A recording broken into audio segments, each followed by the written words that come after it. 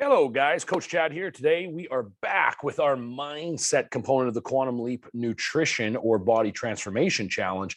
And today, we are digging deeper and deeper into some of the most impactful, meaningful, and enjoyable stuff to discuss and for you to dive into when you're starting to think and explore your mind and where you're at and the things that you're doing. So this week's topic or this week's discussion is around titled Your Marvelous Mind. So we are going to be starting to get into defining your mind. What we are going to be breaking out into your conscious mind, your subconscious mind, and your body. And we're going to be separating these three out.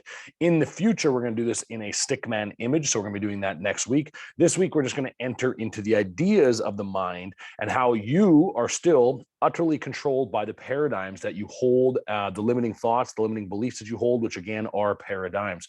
So what we're going to do quickly is review some work from the previous session that we had, where we discussed paradigms, one of the most impactful things with regard to you understanding change, habit change, and going after the goals and going in the direction that you wish to go. So we're going to review paradigms really quickly. Now, paradigms were defined as a multitude of habits that are essentially stored in your subconscious mind, which impact the every thought, move, action that you take, which in the end, of course, influences positively or negatively your results. Okay. So when we're talking about body transformation, it impacts your movement forward in weight loss, muscle mass gain, and your actual physical outcomes.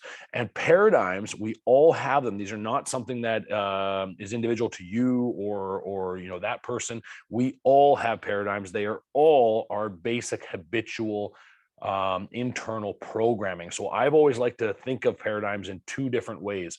The first way being, think of it as simply a governor on your car. Now, if you're not familiar with a governor on your car, we've discussed this previously, but a governor on your car is essentially, it doesn't matter how hard you hit that gas pedal, it's only going to go so far before it stops, and it has a limit on its capacity for speed. And for many of our cars today, that's very, very high, 180 to 200 kilometers an hour, but it's still a governor. It doesn't allow true capacity of that engine to be expressed. Now, that might be in a engineering perspective, a safety thing for our roads or for your vehicle or whatever else. But if you think of that governor as a limiter, that is exactly what we have built into us. We put limitations on ourselves at all times in all aspects of our lives. How much we can earn, what kind of a relationship we can have with our spouse or our significant others, anything. Just think of any aspect of your life. You have certain limitations on it, and these limitations are your paradigms. They are the thoughts, the ideas, the concepts, the just built-in habits that you have around these ideas or around these concepts in your life. These are your paradigms. And we discussed last time a little bit more about how paradigms are formed, and they were formed in two different ways. So this is again a review, but they're formed in two ways. First way is genetically, straight from birth in DNA, you have certain things attached to you that will bias or influence your decision making, or simply just influence the way you see the world.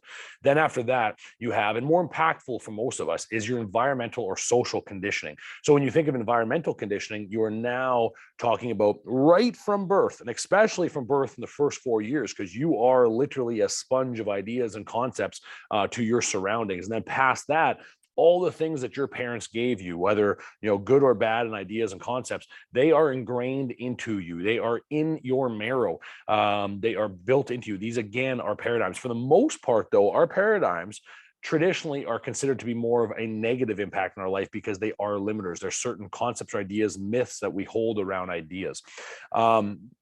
And we talked about the simple fact of how you can look at where your paradigms are or what your paradigms are built around is you simply look at your results. Okay. So if you think about, maybe in the wealth world and the personal development world, a lot of the stuff is around wealth and money. If you think about that, your paradigms around what your potential is with earning will be linked to what you currently earn. Okay. And again, this is a longer conversation, I don't want to get down the wealth train, but those paradigms are built in as to how we earn money, how we see ourselves with regard to food, all these things. So you simply look at your results. That will tell you a lot about the paradigms that you're in. And then you guys had a task last week to start identifying the value added habits and the non-value added habits that you possess. And as you took time to think through these and to dig down deeper into these concepts, you start to realize where your paradigms are at, and you start to also realize the things that can change in your life, and you start to clearly define more so that knowing doing gap, where you currently are, where you know you can be and should be, and what the gap between those two spaces are. As we do a lot of this work, this is where you start to do a lot of inner searching within yourself as to what these gaps are for you. Now, we talked about how you can change a paradigm. There are two main methods of changing a paradigm. One is traditionally a negative outcome, but is a emotional impact. This is usually surrounded by some form of very impactful position in your life, death of a family member, some catastrophic issue in your life is usually the case for an emotional impact. So that's usually not where we spend our time and energy on change. But the other one, the more important one, is actually a repetition of an idea.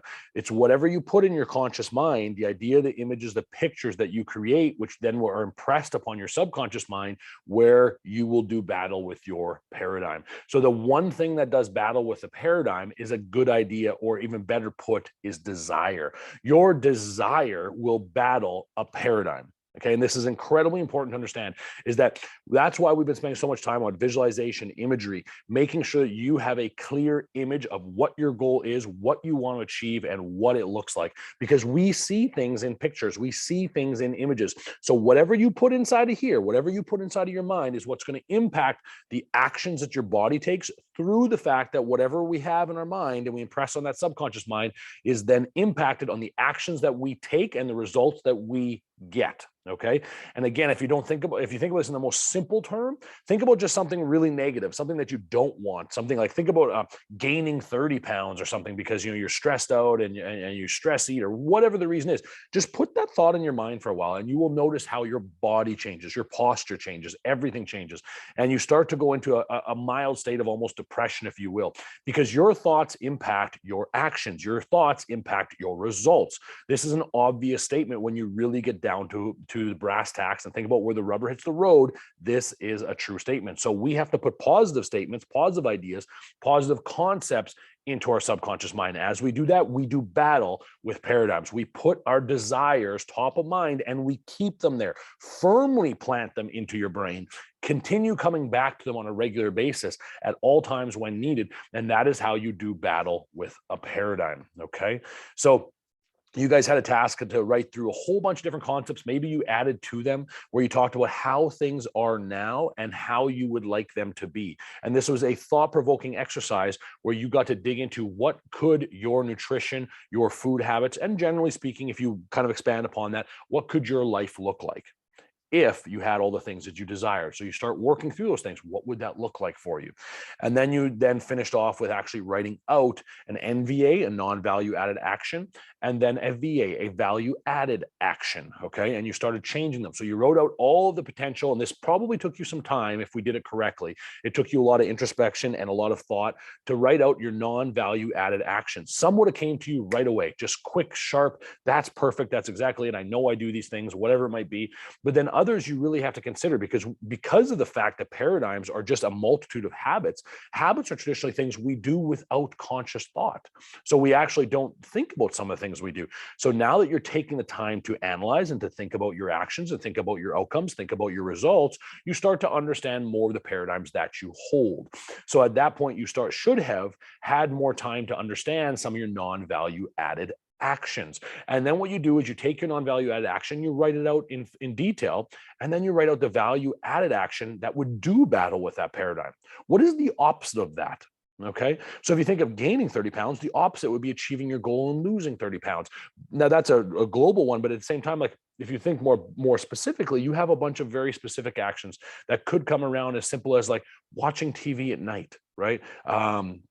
Having that late night snack or whatever it might be, from a food perspective, or it could just be the way you see food, the battle that you're having in your head with it, as simple as one that we fight with all the time. Carbohydrates are bad. They'll make me fat. You must show me evidence on this. Okay. So at this point, though, we start to dig into like all of these myths, these concepts, these thoughts, these beliefs that you hold. And I want you to write out the opposite reaction to that so that we have an action in your real life that you have. And then the environment has a reaction to that. How would you change that? Okay. And this is how we do battle with our paradigms. Okay. Now, last thing you're going to this week, you now have your Marvelous Mind task. Now, this is where, again, I've already mentioned a lot of this stuff, but we're going to start to dig in a little bit more into the mind, the concepts of how the mind are created. And then again, we're going a very, very simple approach to this, but we just break the mind. Think of the mind as a circle here. This is my head, okay? Draw a line across the middle. This is starting to explain the stick man that's coming next week. Above that line is your conscious mind. Below that line is your subconscious mind. That's where your paradigm lives. Up in the top in the conscious mind, this is your intellectual, your thought, your where you create ideas, okay? Your conscious mind is open to suggestion. You can either reject or accept anything that comes into your conscious mind. And anything that comes into your conscious mind, and I firmly believe this, that we just have energy around us at all times. That energy is flowing to and through us at all times. And you think of your mind as having little antennae on it. And those antennae are essentially your 5 senses: hear, smell, sight, taste, touch. All those senses are then how we interpret and how we see the world around us. Okay, so that's what is partially how we create the images that evolve and live inside of our conscious mind. And you need to understand that those sensory antennae that we have attached are bringing these ideas in, but whatever idea that comes into your head, you have the ability to accept or reject that idea. And if it's a bad idea, reject it, push it off the side and focus on the value added. So we're not going to bring the non-value added ideas in. We're going to only allow value added propositions and ideas into our mind. And as we keep them there, and as we fester and allow them to sit on top of in our conscious mind, they are naturally, inevitably impressed upon the subconscious mind. And that's the battle. That's the battle that's going on in your head at all times. And it is not an easy battle. It's not as easy just to think about it a couple times, then we can break paradigms. These things are instilled within our, like I said earlier, right down to the marrow. This takes time, this takes energy, this takes thought. That's why we want to spend so much time analyzing and thinking about all of these ideas, these concepts,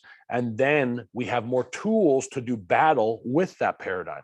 Okay, so with regard to the mind, all that, we're going to get more into that a little bit later and its interaction into the body, right? But I've already addressed a lot of it thus far. Now, in your Quantum Leap workbook, the Marvelous Mind, you now have a task. And this task is to go back and review the paradigms chapter and review the non-value added actions and the value added actions that you wrote down. And I hope you got a lot of them because you have a lot of them, okay? And I hope you took the time to do that. Now what I want you to do is I want you to review them and take only the value added options and add them into your new sheet. Rewrite them, okay? And remember, there's a value add to writing, to physically writing out something. This is a thought-provoking activity. It also instills and continues to impress these ideas onto the mind because the act of writing will increase your retention and your ability to think about these ideas. So please rewrite your value-added ideas, all of them that you had. You may need more room here. I think I only have room for 6, but you may have more. Just continue writing more on a separate piece of paper, whatever it takes. As you write out your value-added actions, you then need to take some time and then sit down and think about what are the most important ones. And when I mean important, which ones will be the most impactful in changing your nutritional knowledge, your choices, your habits, and towards achieving your end goal, your C goal. Okay, you've set a big goal. Your job is to chase it down, to hunt that goal down at all times and stay focused on that goal. Keep the goal the goal. And in order to do that, we keep our positive mindset. We keep a good working image of what we want. So take those value-added options, review them, and pick 2 to 3 of the top ones, the most impactful in your life, the things that you can change right now. Maybe not the simplest ones, the most impactful ones. What are the 3 most impactful positive attributes or value-added actions that you can start to work on? Now, it's important that we only pick the big ones here or the most impactful because we don't have the energy, the ability, or the mindfulness to be working on 7 at the same time. You will always revert back to your previous state if you're trying to have too much change at one time. So think of changing 1 to 2, maybe 3 value-added options at one time, okay? Try and only change a few habits at once. But we had discussed this last time. How do you change a bad habit? This was a question that came up from you guys as well. You replace it with a good one. That's exactly what you're doing here. You're taking your bad habits, your limiting thoughts or ideas, and you're replacing them with good habits or good thoughts and ideas. Okay, but you need to choose which ones those are. Then, with regard to your non-value added, all the rest of them, you're welcome to write them out. And this is always one of those silly things a lot of people won't do, but I challenge you to do it. Burn it, put it in the sink and burn it, shred it, put it through the shredder. This is a symbolic act of you ridding yourself of these silly ideas, these things that are holding you back. Okay. It's all symbolic. It sounds silly. It is silly, but I give you permission to be silly. Go ahead and be silly. Get rid of those things, please. Okay. Then once you're done that, your final task in the week's workbook is now to take, and I'll read it right off the book here, but make a written description of you already in possession of the habits, the value-added actions that you desire. So take the time to write out what would your life, what would your nutritional habits, what would your eating practices, what would your goals look like, what would your life look like if you added these in. Now, you've done a little bit of this in the past, and I want you to go and dig a little bit deeper as again. Write it out, and as you take time to write, there's better transference of the ideas into the mind, but there's also, it's reflective time. It's time for you to spend with these thoughts, these notions. What would your life look like? And this can be incredibly motivational event and an exercise. So please take the time to do it and redo it multiple times if you must. Take extra paper multiple times, whatever you do. But it must be done in the present tense, today. Right? Imagine you're in possession of these now. What would this look like? Don't write it out in the I wish, I hope, I plan to. Don't do that. It's simply right now. Where are you at now? What are the value add actions that are instilled in your life, and how would your life improve with them as new habits? So essentially, you could also look at this as these new habits doing battle with your current paradigms, right? And I know you're strong. I know you're willing. I know you're capable. So now go beat down those paradigms, break them. Okay. Become the person that you wish to become. And this is why I said at the very start, you are going to become a new person. That's the goal. Okay. Okay. Not a completely different person, just a new person with different thoughts, different ideas around how you view yourself in the world and around nutrition. This is incredibly important. And this will start and continue to build those habits that you need to have success long-term when it comes to nutritional choices and your body transformation. Okay. So you have a few tasks to do, guys. I challenge you to take some time to dig into these concepts and really start to analyze your thoughts, your ideas, your passions, whatever it might be. Okay. And then next week, we're going to dive a little deeper into imagination, and we're going to dive into the most famous, the stick man. Okay. We're going to dive into the stick man and how we can create a visual, which I've already alluded to a little bit, a visual of you, your body, your mind, your results, your actions. Okay. So that's what's to come. I wish you guys nothing but the best this week. You guys go crush it and do some battle with those paradigms. Okay. All right. Thanks, guys. I appreciate it. Have a great week.